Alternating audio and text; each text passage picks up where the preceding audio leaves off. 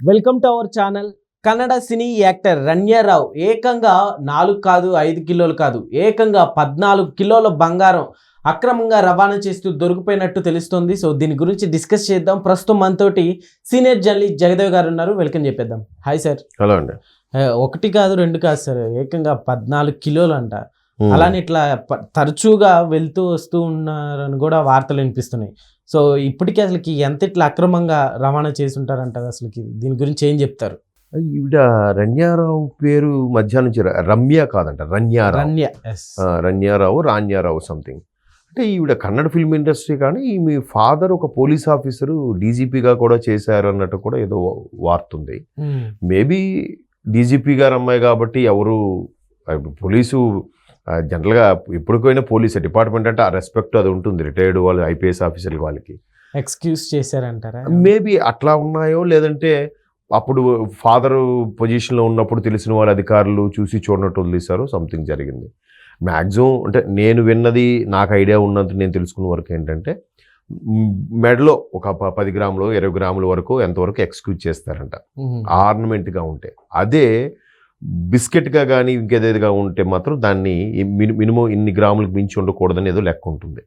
అలా అయినప్పుడు అక్కడ దుబాయ్ ఎయిర్పోర్ట్లో వాళ్ళు కస్టమ్స్ వాళ్ళు ఆపేస్తారు, ఇక్కడికి వచ్చిన తర్వాత మన కస్టమ్స్ వాళ్ళు కూడా ఆపేస్తారు. ప్రతిదీ స్కానింగ్ జరుగుతుంది, చూసుకుంటారు.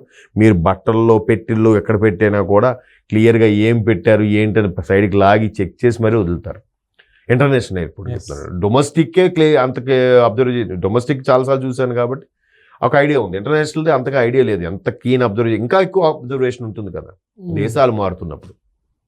మరి అంత మారినప్పుడు ఈమె ఎప్పుడెప్పుడు ఈ బిస్కెట్లు తెచ్చుకుందా, లేదంటే ఆర్నమెంట్స్గా తెచ్చుకొని దాన్ని కరిగించేసి బిస్కెట్స్లా చేసుకుందా అనేది ఇంకా క్లారిటీ రావాలి. ఇప్పుడు సుమారుగా 15 కిలోలు 14.8 గ్రామ్ అంటే సుమారుగా 15 కిలోల బంగారం. 15 కిలోలు బంగారం అంటే ఒక్కొక్క కేజీ సుమారుగా 100 తులాల వరకు ఉంటుంది, తులాల లెక్క తీసుకుంటే. సో అంత బంగారాన్ని ఒకేసారి వాళ్ళు రైడ్ చేసి పట్టుకోగలిగారంటే ఈవిడ రెగ్యులర్గా దుబాయ్లో వస్తుంది. మేబీ ఆవిడ బ్యాంగిల్స్ గానో ఆర్నమెంట్స్ గానో వెళ్ళి వేసుకొచ్చేస్తుందేమో, అలా వచ్చిన తర్వాత కరిగించి చేసుకుంటుందేమో. ఇప్పుడు ప్రతిదానికి ఒక రిసిప్టు అది ఉండాలి. వాళ్ళు ఎక్కడ కొనుక్కున్న రిసిప్ట్ చూపిస్తే వాళ్ళు ఏం అబ్జెక్ట్ చేయరు.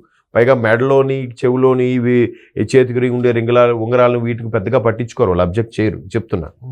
సో ఎంత మొత్తంలో అంటే ఒకసారి కాకపోయి ఉండొచ్చు, చాలాసార్లు అయి ఉండొచ్చు. ఎందుకంటే ఈ మధ్యకాలంలోనే ఆవిడ 4-5 సార్లు దుబాయ్ వెళ్ళొచ్చారు అని కూడా చెప్తున్నారు. 4-5 సార్లు అంటే 4 సార్లకి ఒక్కొక్కసారి ఇక్కడ మెడలో ఎంత ఆర్నమెంట్ లేదా బ్యాంగిల్ ఎంత స్టిఫ్గా పెట్టుకుని వచ్చారు అనుకోండి. అది వచ్చిన తర్వాత ఏదో మోడల్తో సంబంధం లేకుండా కరిగించేసి బిస్కెట్ రూపంలో తయారు చేసి పెట్టేసుకుంటారు. దాని మళ్ళీ ఇక్కడ దుబాయ్ బంగారం అంటే మనకన్నా కొంచెం క్వాలిటీ కానీ నాసిరకంగా కాకుండా మంచి క్వాలిటీతో ఉంటుంది అనే తలంపు కూడా ఉంది చాలా మందికి. సో దాన్ని అక్కడ నుంచి, ఎందుకంటే నాకు తెలిసిన సర్కిల్లో కూడా కొంతమంది ఉన్నారు, దుబాయ్ నుంచి ఏమైనా తెస్తే వాళ్ళు సేమ్ ప్రైస్కే మనకి ఇస్తారు. బట్ కాకపోతే అది ఎక్కడ కొనేదానికంటే అక్కడ కొంచెం మంచి క్వాలిటీ 916 KDM 24 క్యారెట్ ప్యూర్గా ఉంటుంది అని ఒక భరోసా. అది బయట మార్కెట్లోకి వెళ్ళి బాబు ఇది సేమ్ దుబాయ్ నుంచి వచ్చింది, మన దగ్గర 1 lakh అయింది అనుకోండి ఆర్నమెంట్, బయట ఎక్కడ చెప్తే నేను 1,10,000 ఇస్తే నాకు ఇచ్చి అంటాడు. అంటే మన దగ్గర కన్నా కొంచెం క్వాలిటీ అది బాగుంటుందని ఒక చిన్న ఆలోచన. సో అట్లాగా డిమాండ్ ఉంటుంది కాబట్టి మేబీ ఆవిడ అట్లా చేసి ఉండొచ్చు. మోరోవర్ ఒకప్పుడు డీజీపీ గారు అమ్మాయిని ఏదో అంటున్నారు, ఇంతకుముందు పనిచేశారంట డీజీపీగా ఫాదర్ ఎవరో.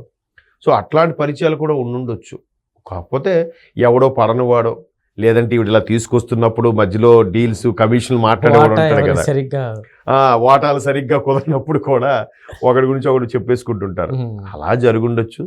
సో మరి ఇంతవరకు మనం కన్నడ ఆర్టిస్ట్ అయినా కానీ ఆమె పేరు ఎప్పుడు వినలేదు, ఎందుకంటే చాలా సినిమాలు చేసి ఉండొచ్చు. ఇప్పుడు మనకు తెలుగులో కూడా మనకు బాగా తెలుస్తుంది సైడ్ క్యారెక్టర్లు, జూనియర్ ఆర్టిస్టులు కానీ మెయిన్ ఇప్పుడు హీరోయిన్కి అక్కగానో చెల్లిగానో హీరోకు వదినగానో చేసిన పాత్రలు అక్కడ వాళ్ళు మనకు అంతగా తెలియదు కదా. సో అట్లా అయ్యుండొచ్చు. బట్ ఇప్పుడు విన్నామంటే ఒక్కసారిగా పేపర్కి ఎక్కారు, పోలీసులు రైడ్ చేశారంటే కస్టమ్స్ వాళ్ళు దొరికారు అని ఏదో చెప్తున్నారు. ఇక్కడ దొరికారంటే దుబాయ్లో బాగానే మేనేజ్ చేశారని చెప్పుకోవచ్చు కదా. అంటే నేను అన్నాను దుబాయ్లో మేనేజ్ చేశారా, లేదంటే ఆర్నమెంట్స్ రూపంలో తీసుకొచ్చి కరిగించి ఇక్కడ బిస్కెట్ రూపంలో చేశారా అంటే ఇప్పుడు విజువల్స్ చూపిస్తున్న దాని ప్రకారం చూస్తే బిస్కెట్ గానే చేసి పెట్టుకున్నారు. ఈ 15 సుమారుగా 14.8 అంటే 15 కిలోల బంగారం కూడా ఆ విధంగానే దొరికిందనడానికి కూడా ఇప్పుడు అంతకన్నా ఎక్కువ కిలోలు బంగారం ఉండేవాళ్ళు బెంగళూరులోను కన్నడంలో లేరా? పెద్ద పెద్ద నాయకులు లేరా? ఇప్పుడు అంతెందుకు గాలి జనార్దన్ రెడ్డి గారు ఉన్నారు. ఆయనకి ఇంట్లో రైడ్ చేయనప్పుడు ఆయన కూర్చునే సింహాసనం నుంచి ఆఖరికి తినే కంచం నుంచి వాష్రూమ్లో కమోడ్ కూడా గోల్డ్దే అన్నట్టుగా విన్నాను అప్పట్లో కదా. కూర్చునే కమోడ్ కూడా గోల్డ్దే చేయించుకున్నాడంటే ఆయనకి ఎంత బంగారం పిచ్చి ఉండాలి కదా. మరి అలాంటి వాళ్ళు కొన్ని లక్షల మంది ఉంటారు నాకు తెలిసి. లక్షల మంది కాకపోయినా వేల సంఖ్యలో ఉంటారు. మరి వాళ్ళందరిళ్ళకి రైడ్ జరిగింది, ఈమింటికి ఎందుకు రైడ్ జరిగింది అంటే మీరు అన్నట్టు వాటాలు విక్రయంలో తేడానో లేదంటే ఎవడైతే ఆ ఆఫీసరు నువ్వు చూసి చూడటం ఊరుకో, నీకు ఇంటికి వెళ్ళాక నీకు ఒక కేజీ బంగారం పంపిస్తానో లేకపోతే అరకిలో బంగారం పంపిస్తానో లేకపోతే పలానా ఆర్నమెంట్ పంపిస్తానో ఏదో చెప్పిండొచ్చు. మీరు అన్నట్టు ఆ వాటాల్లో కానీ ఆ కమిషన్లో కానీ ఏడా తేడా కొడితే ఎట్లాంటి న్యూస్. ఆ అమ్మాయి ఎక్కడో చిన్న విషయాల్లో కక్కుర్తి పడి ఉంటుంది. ఆ కక్కుర్తి పడింది కాస్త మొదటికే మోసం వచ్చింది. దీంతో పాటు క్యాష్ కూడా ఉందంట. కాంప్రమైజ్ అవ్వలేదు. కొన్నిసార్లు తప్పదు. అంటే అరే ఎంత కష్టపడి నేను ఎంతమందికి మేనేజ్ చేసి, పుష్ప సినిమా లాగే ఎంతమంది మేనేజ్ చేసి నేను తెచ్చుకుంటే నీకే సగం ఇచ్చేస్తేనే నేను చేసుకుని నాకేం లాభం ఉంటుందిరా బాబు అని కాంప్రమైజ్ అవ్వకపోయి ఉంటారు. అది కాక క్యాష్ కూడా ఎంతో దొరికిందంట. 2 crores పైన ఎంతో క్యాష్ కూడా ఉందంట. బ్లాక్ మనీ ఏం చేసుకుంటారు చెప్పండి. ఒక డిపార్ట్మెంటు హెడ్ డీజీపీ అంటే రాష్ట్ర స్థాయి అధికారిగా ఉంటారు. మరి వాళ్ళ ఫాదర్ అన్నట్టుగా నేను దగ్గర అది కూడా న్యూస్లో చూస్తున్నారు. అది ఎంతవరకు వాస్తవం మనకు తెలియదు. సో అట్లాగా అంటే ఇప్పుడు కాదు, గతంలో ఎప్పుడైనా చేసి ఉండొచ్చు డీజీపీగా. సో ఆ పరిచయాలతో మేబీ ఏమైనా మేనేజ్ చేశారా? మీరు అన్నట్టు ఆ కమిషన్ విషయంలో కక్కుర్తి పడడం వల్ల ఎవడో కంప్లైంట్ ఇస్తే దొరికిపోయారో జరిగింది. మొత్తం మీద ఆ న్యూస్ ఏమిటంటే నాకు తెలిసి సర్వసాధారణం. ఎందుకంటే ఇవాళ రేపు 50,000 60,000 సంపాదించుకునే ప్రభుత్వ ఉద్యోగి ఇంట్లోనే కొన్ని కట్టలు దొరుకుతున్నాయి, బంగారం దొరుకుతుంది, పత్రాలు దొరుకుతుంది. ఆ మధ్యకాలంలో హెచ్ఎండి అధికారి ఇంటికి అనీసా వాళ్ళు రైడ్కి వెళ్తే ఏం జరిగింది? అది ఎన్నో లక్షల క్యాషు, తర్వాత బంగారము, సుమారుగా 200 ఎకరాలకు చెందిన పత్రాలు వాళ్ళ ఇంట్లో దొరికాయట. ఒక హెచ్ఎండిఏ అధికారి దగ్గర 200 ఎకరాల ల్యాండ్ సంబంధించిన డాక్యుమెంట్స్ ఉన్నాయంటే ఎన్ని వేల కోట్లు కోట్లు కదా. మరి ఇక్కడ సినీ నట్ అంటున్నారు, లేదంటే ఒక డీజీపీ గవర్నమెంట్ ఎంప్లాయ్ యాక్ట్రెస్, ఈమెకేం కరువు వచ్చింది నిజంగానే. ఇంకా ఎక్కువే ఉండుంటుంది. వీళ్ళకి దొరికింది, వీళ్ళు చూపించింది కూడా 10%. మిగతా 90% ఉంటే ఉండుండొచ్చు, మనకు తెలియదు. ఎందుకంటే వాళ్ళు కూడా ఇప్పుడు నిజంగా అధికారి ఎవడో సిన్సియర్గా పట్టుకున్నా పూర్తిగా బయటికి చెప్పడానికి ఉండదు. ఎంత చెప్పాలి ఏంటంటే మళ్ళీ సుపీరియర్లు అది రివీల్ చేస్తారు. వాళ్ళ ప్రెషర్ ఉంటుంది, ఒకవైపు రాజకీయంగా ప్రెషర్ ఉంటుంది. ఇన్నింటి మీద వాళ్ళు మేనేజ్ చేసి వాళ్ళందరికీ కమిషన్లు ముడుపులు అన్నీ ఇచ్చి మేనేజ్ చేసుకున్నా కూడా దొరికిపోయిందంటే మీరు అన్నట్టు ఎక్కడో వాటాల్లో తేడానో లేదంటే చిన్న కమిషన్లోనో కక్కుర్తి పడి ఉండొచ్చు.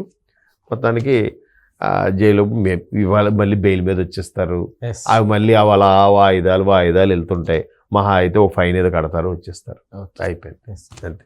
Okay sir, thank you.